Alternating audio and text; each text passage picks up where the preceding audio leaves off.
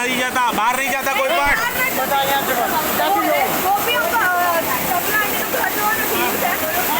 બંધ છે, બંધ છે.